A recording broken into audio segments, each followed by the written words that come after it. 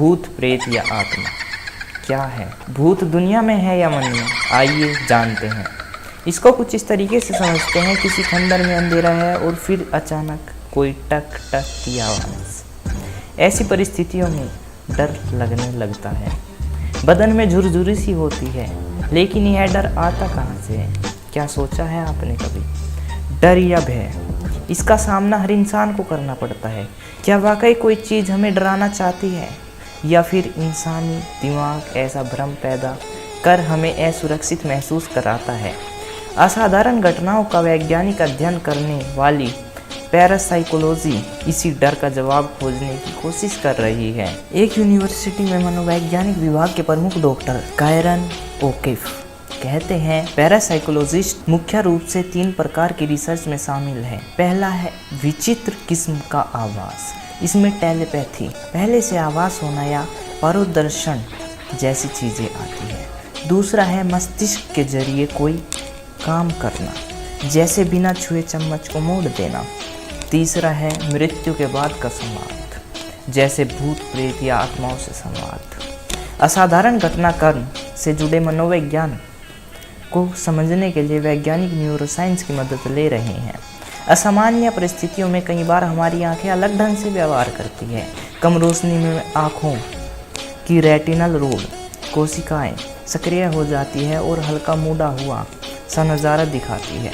Doctor ओकेफ के मुताबिक आँख की पुतली को बेहद कोने में पहुंचाकर अगर हम आखिरी छोर से कोई मूवमेंट देखें तो वह बहुत साफ नहीं दिखता और डिटेल भी नज़र नहीं आती है, सिर्फ काला और सफ़ेद ही दिखता है। इसका मतलब साफ है कि रोड कोशिकाएं रंग नहीं देख पा रही हैं। ऐसा हो सकता है ऐसी परिस्थितियों में हमारा मस्तिष्क सूचना के अभाव को भरने की कोशिश करता हो, दिमाग उस सूचना को जानकारी में बदलने की कोशिश करता है।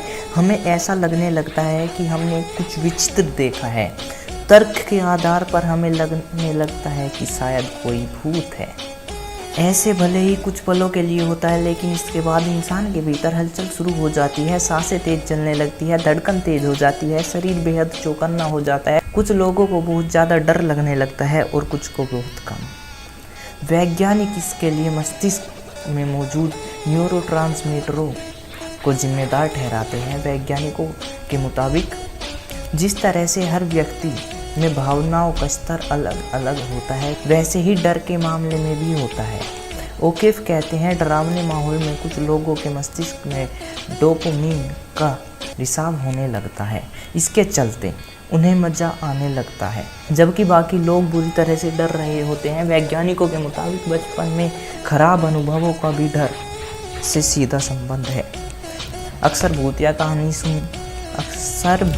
कहानियाँ सुनने वालों या हॉरर फिल्में देखने वाले लोगों के जहन में ऐसी यादें बस जाती हैं, और जब भी कोई असाधारण वाक़या होता है तो ये स्मृति कूदने लगती है। जब हम कोई पुरानी जर्जर इमारत देखते हैं जहां अंधेरा हो, उसके आसपास कोई आबादी ना हो, तो हमें डर का आभास होने लगता है। वैज्ञानिकों की माने तो ज़्यादातर हॉरर फिल्मों में ऐसी इमारतों को भूतिया बिल्डिंग के रूप में पेश किया गया। यह जानकारी हमारे मस्तिष्क में बैठ चुकी है। ऐसी इमारत देखते ही हमारा मस्तिष्क हॉरर फिल्मों की स्मृति सामने रख देता है। डर पैदा कर मस्तिष्क ये चेतावनी देता है कि इस जगह खतरा है, जान बचाने के लिए यहाँ से दूर जाना चाहिए। इसके बाद धड़कन तेज हो जाती है और पूरा बदन फटाक से भागने या किसी संकट का सामना करने के लिए तैयार हो जाता है। यह सब कुछ बहुत ही सूक्ष्म मनोवैज्ञानिक स्तर पर होता है। ओकिफ कहते हैं कि किसी शख्स से इतना भर कह दीजिए कि यह इमारत भूतिया है और उसके भीतर एक अजीब सी भावना फैलने लगे कि इसके बाद उस इमारत में जो कुछ भी सामान्य ढंग से घटेगा वो डरावना महसूस करने लगेगा। लेकिन क्या भूत होते हैं?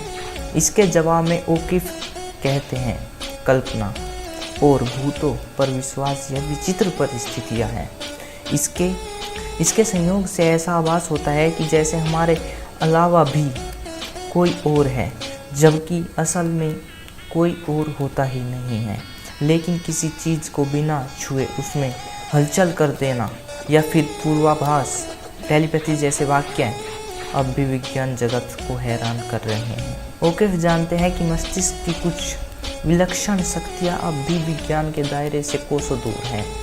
धन्यवाद, आज के लिए इतना ही।